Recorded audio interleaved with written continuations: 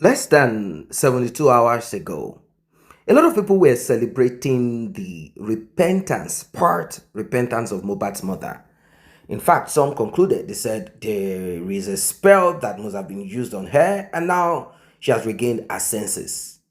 Well, it is glaring that Mohbad's mother, she only goes to where the money is. And you'll be shocked. In fact, Karimo let out certain things. She said she was contacted by Wunmi. Yes, she was contacted by Wunmi some couple of hours ago. I know you must have heard, and if you have not heard, they said, oh, Mohbad's mother has gone back to her vomit. Yes, that she has gotten some millions of naira transferred into her account. Some said she has 10 million naira transferred into her account, while some said, oh, she's got 20 million naira transferred to her account. And they use this to say, we are sorry. And all of a sudden, she forgot the reason why she turned against Wunmi. May we not be may we not have mothers like that? You don't choose your parents. And even if you choose your parents, I don't think it is in your consciousness as a human being. Maybe by some other means, you have chosen the parent or the country that you finally found yourself, but you are not conscious of it. It's an unconscious decision or choice. But I'm sure that in your consciousness, if Mohbad, for example, is to see all of this like a movie or dream, he will pray in his life never to have a woman like Abosede as his mother or someone that will birth him. No, not at all. You'll be shocked at what you want to hear here. You'll be shocked at what you're about to hear. You'll be hearing from Karimo. You'll also be hearing from our guest who has been on this. In fact, I can hear disappointment in her voice. I'm talking of Bukky Jesse. And you'll also be hearing some little bits of Mohbad's mother's performance. It is a shame. Such a disgrace. She U-turned recently, and all of a sudden now, somehow it seems she has forgotten what happened that made her turn her back. And I'll tell you guys what made her turn her back against Wunmi, apart from issues of money, which I think is the base of what she did. It is a talk about the iPhone that Wunmi came to steal in her house, which they said that iPhone contains information that will nail Wunmi. Well, like I said, you'll be shocked. I just gave you a tip of the iceberg. What you're about to hear will blow your mind. Yes. Do not forget to like and share. Don't forget to tap on the subscribe button. Returning subscribers and those that have been here, I say a very big thank you to you. To those that have tapped on the thanks button, may God replenish your pockets. If you also want to be a part of this, kindly tap on the same. Tó ń ṣiṣẹ́ tó dẹ̀ jẹ́ tí ń bàbá ó máa tún jẹ́ kó yá. Yes, because gbogbo kan tá à ń sọ kò yẹ kó le tó báyẹn rárá, kò yẹ kó le tó, wọ́n kàn try ni. Tí a bá lè connect pẹ̀lú anybody tí a rò pé ó ní agbára láti access àwọn tíìmù mímọ́ tó pa bọ̀bọ̀ yìí bọ́ wọn ò fẹ́ kí òótọ́ yẹn ó jáde síta. Wọ́n fẹ́ kó jáde ni. wọ́n mọ nǹkan tó pa bọ̀bọ̀ yìí bọ́ wọn ò ní fẹ́ jẹ́ ó jáde síta. Sista Karimo kíní bóyá kẹ́ mute ẹ̀ kẹ́ tún wá tọ́ padà àgbọ̀ yín. It is, but I keep getting right now. My hand is covered, so now I'm gonna touch the other.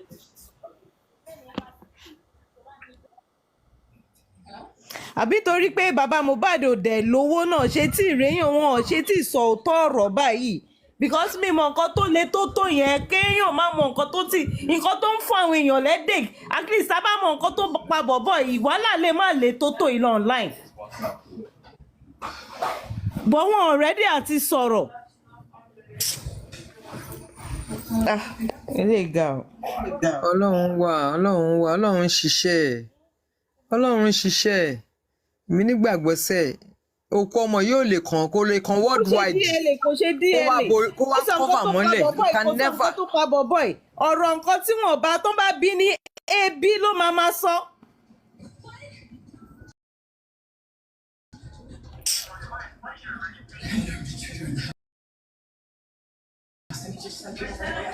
di ogun mọ́ lára kò ní di wàhálà òun gan ló máa ń ẹ̀wọ̀ ẹ gbé lọ ẹ ṣàgbọ́mọ mi padà wá fún mi ni.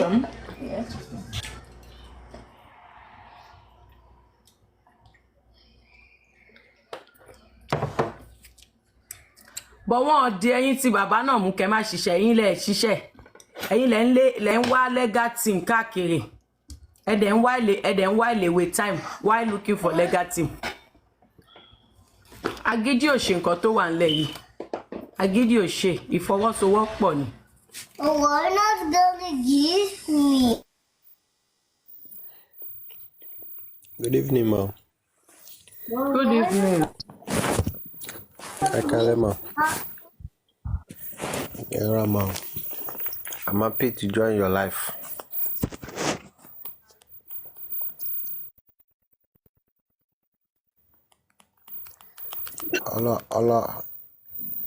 Network ọ̀dà mi gbọ́ ẹ̀ mà.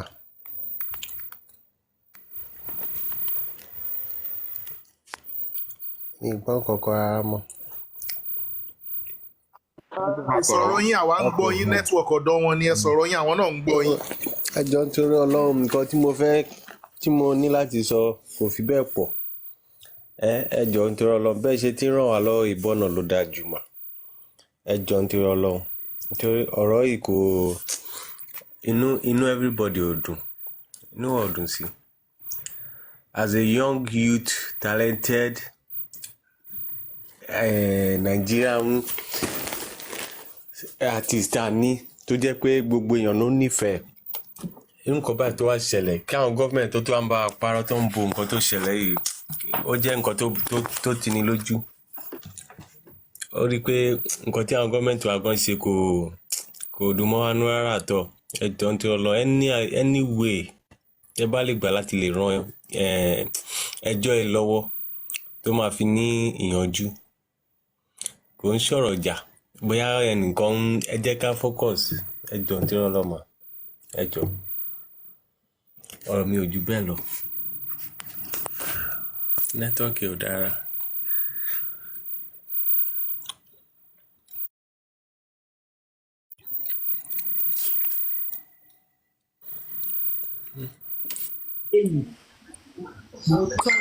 mo turn ẹ̀bẹ̀ yẹn down because. wọ́n bẹ̀yìn lẹ́ni àbí. bẹ́ẹ̀ni Wunmi fúnra rẹ̀ bá mi sọ lórí fídíò kan lẹ́yìn mo ti ẹ̀ dúró mo tẹ red button lẹ́sìn. kí ló ń háìdì tó ń bẹ̀yìn ìdí ni pé o ò lè tú mi láṣọ ń ta ń kọ̀rọ̀ kó lọ dàrú mi ní gbangba kó wá lọ dàrú mi kọ̀rọ̀. adúrú nǹkan tó fojú ìyá yẹn rí wọ́n bú ìyá yẹn fún bíi 72 hours back to back. ẹ tí ìyá yẹn pé ìyá yẹn gbọ́dọ̀ wá ṣàpọ́lọ́jì nílùú tó lọ́ba tó níjòyè. kí ló wá ń bẹ̀yìn fún kí ló ń bẹ̀yìn sista ẹ̀ fún. mi ò mọ o nílùú tó lọ́ba tó níjòyè. ẹ má bínú sista Karimọ ṣé ó ní kẹ́ wá parí ìjà ní àbò ní kẹ́ má sọ nǹkan kan àbí kí ni ẹ̀bẹ̀ yẹn stand for ẹ jẹ́ káwa ti yín understand. ẹ máa wo tí ó ṣàbẹ̀mí ṣá mo dẹ̀ nínú. ṣe rí ọ̀rọ̀ yẹn dìbò jù báyẹn lọ sà. ṣe rí ẹ kúrò lẹ́ mọ́. ọ̀rọ̀ yẹn dìbò jù báyẹn lọ. àṣà o. ṣe rí wọ́n tẹ́tì woman yẹn ni woman yẹn ti corporate but wọ́n tẹ́tì ẹ̀ gan-an wọ́n tẹ́tì ẹ̀ fáwọn kankan wọ́n dẹ̀ tẹ́tì àdúrà ló pe ìyá ẹ̀ ló bá ìyá ẹ̀ sọ̀rọ̀. bọ̀ èmi ò bọ́ lọ́n kí woman yẹn padà sọ́dọ̀ wọn o. ìyá ẹ̀ ti padà already now. woman yẹn sọ́dọ̀ wọn. I'm telling you. èèyàn mi ò tí ì bìlíìfù yín. ok n tí Wunmi tó fi pẹ sísá ẹ tó fi bẹ sísá. àmì. ẹ kálẹ̀ ìjọ mo fẹ́ sọ̀rọ̀. kò lè padà síbẹ̀ mi ò bìlíìfù yín. torí mo follow búkì ní gbogbo ọ̀sán yìí náà. ẹ kálẹ̀ o. ẹ kálẹ̀ à ń gbọ́ o. ẹjọ́ alájà ẹ̀mí ni mo sọ contribution mi ni pé for the past 11 months now kí ni kókó gangan. I don't even know. Going back and forth. Can you please, Auntie Karimo, you've done your best. you've done your confam best to be sincere. You've done. This is my first time tí màá gorí platform yẹn kankan àti láti èmi gbà náà. tọ́rọ̀ ti bẹ̀rẹ̀. I feel your pains. So please, I want to beg everyone, kindly,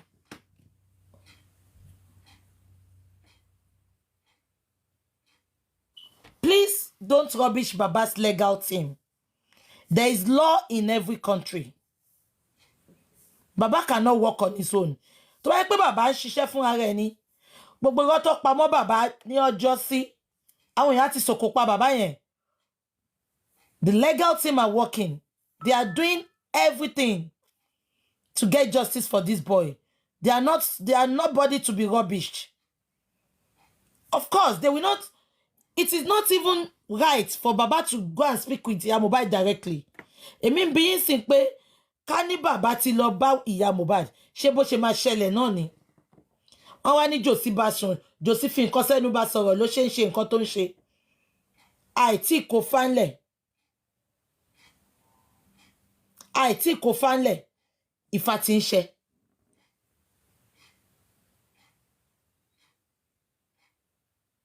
And we are trying our best to embrace her. Ṣé I try best wa? Wọ́n dáwọ́ fún lórí platform kan. Èmi náà ní gbogbo mo ń lọ back to back, mo ń jàjà yẹn pé when you come for Iya Mohbad, ká ní mo update lánàá sí tí mo kàn sọ pé bàbá lóhun ò ṣe o.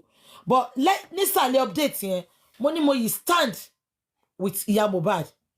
Ipe if they come for her, I will come for them. Kí lẹ tún fẹ́? Ó ní iye tí mo sọ náà, bó ṣe ń threaten ẹ̀ látànà yẹn, láti jẹta. Ó ní iye tí mo sọ fáwọn tèmi mọ̀ ní gbogbo Ṣàngó yẹn pé eṣinṣin ò gbọ́dọ̀ rìn lẹ́gbẹ̀ẹ́ obìnrin.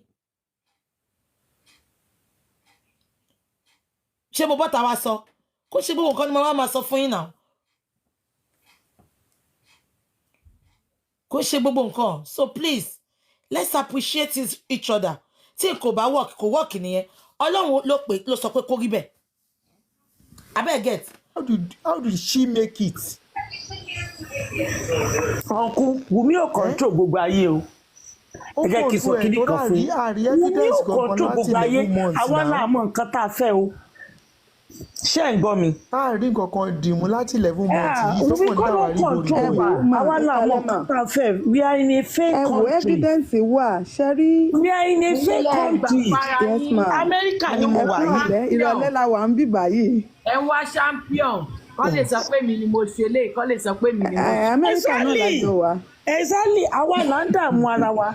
Amẹ́ríkà ni mo wà yìí. Crime ò lè ṣẹlẹ̀ níbi kankan kó jẹ́ a room ni crime ti ṣẹlẹ̀. Crime scene náà máa pè. Láàárín 2 hours, wọ́n á ta orúkọ ẹ̀, wọ́n á ta okùn díbẹ̀. Tí eṣinṣin bá kọjá bẹ̀ suspect ni. Wọ́n ṣe ń ṣe London tá a wà yìí náà nìyẹn. Tí eṣinṣin bá kọjá níbẹ̀, àǹtí àyàn máa gbé lójú ìṣẹ̀lẹ̀. Ẹ̀wọ̀n nǹkan tó ṣẹlẹ̀ ni pé Ìyábọ̀ Òjó kò lè jẹ́ ká rí ojútùú ọ̀rọ̀ tó wà nílẹ̀ yìí. Who is Ìyábọ̀ Òjó? Ibi Ìyábọ̀ Òjó. Ọ̀rọ̀ yìí. Ẹ̀yà mi kẹgbẹ́. Ìyábọ̀ Òjó agbára wà lọ́wọ́ ẹ̀ wọ́n àti Tonto Dike. Irú agbára wọn lọ́wọ́ Ìyábọ̀ Òjó. Agbára wà lọ́wọ́ wọn gan. Ìyábọ̀ Òjó wá jẹun lórí kéèsì yìí. Program èèyàn kan ní ìrọ̀lẹ́ yìí. Because àti Kàrímọ́ Ìyábọ̀ Òjó wọn lọ kókó wá jẹun ni. Ó rẹ̀ sí ní bú màmá yẹn ni. Ó sọ even though màmá gan ti láṣìírí lọ́wọ́ wọn bó ṣe wà yẹn because Wunmi ń sọ fún gbogbo wọn pé màmá máa ń gbọ́kùnrin wá sínú ilé yẹn. Bàbá ló sọ wọ́n dẹ̀ nípa àwọn tó fún màmá 10 million naira ní àtọ̀dọ̀ Wunmi pé àwọn to make transfer sí màmá tẹ́tẹ́ owó táwọn Ìyábọ̀ gbé wá fún kọ́. every kìíní owó tó bá ṣàtìlẹ́ wọ́n máa pín láàrin ara wọn. So owó tó ti lọ sọ́dọ̀ màmá ń sìn báyìí 10 million. Wọ́n máa sọ pé àwọn fún màmá lówó gbogbo wọn làwọn public donate fún. Owó tí Ìyábọ̀ gbé wá fún màmá ńkọ́? Owó tí Ìyábọ̀ gbé wá fún màmá ńkọ́? Owó yẹn gbogbo wọn kàn fi màmá wọn fi ń ṣe bísínẹ́sì ni. Wọ́n fi òkú ọmọ lọ́mọ wọn fi ń ṣe bísínẹ́sì wọ́n ti gbàgbé páwọn náà bímọ. Ṣé kí n boss brain everybody lónìí? Ẹ jẹ́ kí n sáré sọ fún yẹn nísìnyí. Ṣé rí they want ọ̀rọ̀ ìbẹ̀rẹ̀ jẹ́ kí n parí ọ̀rọ̀ mi lẹ́ẹ̀kan. ṣẹ́rí gbogbo nǹkan tá à ń fà síwájú fà sí cartel ni gbogbo nǹkan tá à ń sọ̀rọ̀ lé lórí yìí tẹ́ bá wọn wọ́ọ̀dì kọ́ cartel ìjà àwọn tó ń ṣe drug Wùmí tẹ̀ ń wò yẹn àìmọye joint ni Wùmí control ó ti go far gan. àìmọye joint ẹ̀kọ́lẹ̀ lé ní o mi ìmọ̀ wọ́n máa ń crop èèyàn káàkiri wọn tí ẹ̀gbọ́n ti fẹ́ rí mi wọn lè mọ̀ mí anyway àìmọye joint ni Wùmí control àìmọye joint ni Wùmí control káàkiri tó fi dórí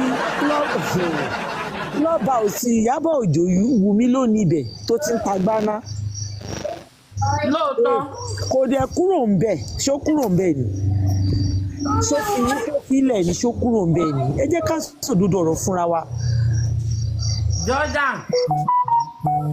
wọ́n ṣe ń parọ́ fúnra wa lórí kéèsì wọn ní rí bí kan gbé Ìyábọ̀ Òjó pamọ́ sí kí kéèsì yìí tó lọ a máa rójútùú ọ̀rọ̀ yẹn but tóun bá ti lè ní àwọn ọ̀rọ̀ yẹn pamọ́.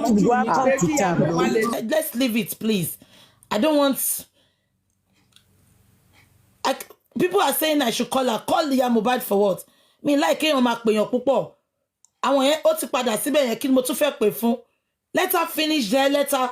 Ẹ jẹ́ kójú wọn rí nǹkan tó fẹ́ rí yẹn. I'm not calling her again. I'm not calling her, please. I'm not. Adibi, she's alone. Fine. Gbogbo yín lẹ gbọ́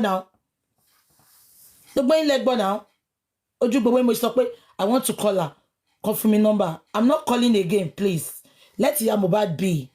Ẹ jẹ́ ká don't continue. I don't want anybody. Ẹ jẹ́ ká face nǹkan tá ń ṣe. Ṣẹ́gbọ́, ẹni tó ń bí Ọlọ́run kì í béèyàn. No, I don't. Mi ń ṣe bẹ́yẹn. No, mi kì í ṣe bẹ́yẹn. Má worry. I'm not calling her. We all have tried our best. So ó dẹ̀ ti rí bẹ́yẹn nìyẹn. We will just wish her. We will just wish her all the best. We wish her good luck. That's it. Mi pè yàn kankan. So if you want it, we move. Ṣẹ́gbọ́. So, and this will be the last time we talk about this. Even if they rubbish her now, if they beat her now, if they curse her now, we are not talking about it again. Just ignore it. Mi fẹ́ mọ rújà tó lè jà, ignore wọn. Mi fẹ́ mọ rú nǹkan tó lè ṣe fún, please. Ignore them. Ẹ lọ press mute button. Mute button. Ẹ fi wọ́n sí mute. Lẹ́yìn èní, I'm not talking about it again. So sad, so sad. I'm sure you heard it from Karimo herself. She said, Wunmi called me and she said she did not proceed with any conversation with Wunmi. According to her, how can you publicly embarrass and disgrace me? You might ask, what are some of the embarrassment that Karimo is talking about? According to Karimo, Wunmi made her believe that Mohbad had infected her back then with venereal diseases, STDs. And according to Karimo, Wunmi had showed medication, both herbal and the orthodox. And she had talked about this publicly, lambasted Mohbad and said, look, you guys are just saying my sister is this, my sister is transformer, my sister is Olosho, my sister has been sharing akpekus here and there. What about your son that brought this? I'm sure you all heard when Karimo lambasted and talked about Mohbad in that way. She said, this was what my sister told me. She told me back then and still told me after the demise of Mohbad and showed me all of these things. So I said to myself, why are they putting all on my sister as if their own son is so pure, even though he's not alive? She said she did this because she was led into, she was manipulated into it. Later, she said she got to realize that all of those things, majority, are not true. Well, Karimo, having said what she said publicly, the next day, Wunmi debunked it on social media, saying it's a lie. She never said any of that. Don't insult the memory of my husband. Okay? Now, you might say to yourself, even if she told her sister, was her sister meant to put it out publicly, even though she was being dragged and tagged and Olosho a transformer and all of that, well, let us file that somewhere. So Wunmi called on video. She said she cut it off and said, look, don't call me. Don't even try. You cannot disgrace me publicly. I was fighting your cause. I was trying to protect your interests. I was even warning you about Mohbad's mother, saying, make sure there is no fight. Well, eventually, maybe Wunmi will be making a public talk. I don't know how she's going to go about it, because that is what Karimo wants. Go out there publicly and apologize and tell the world. I don't know, maybe then she will accept and agree. I don't know. But obviously, Wunmi will not. If only Mohbad's mother is 100% on the side of Wunmi, because they are rattled and they have run round helter-skelter. And what I'm not comfortable with in all of this is that money is needed to bring Mohbad's mother off from Wunmi, and money is needed to bring Mohbad's mother to the side of Wunmi. This is unhealthy. I don't understand it. What kind of woman is that?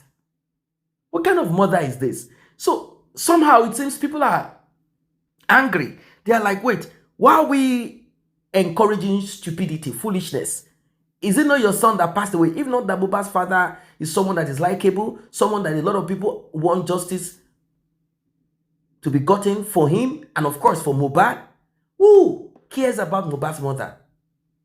No one will care. You can as well sell your son, sell his legs, go, just go. But if anyone catches you or finds out about it, you will face the law. That's it.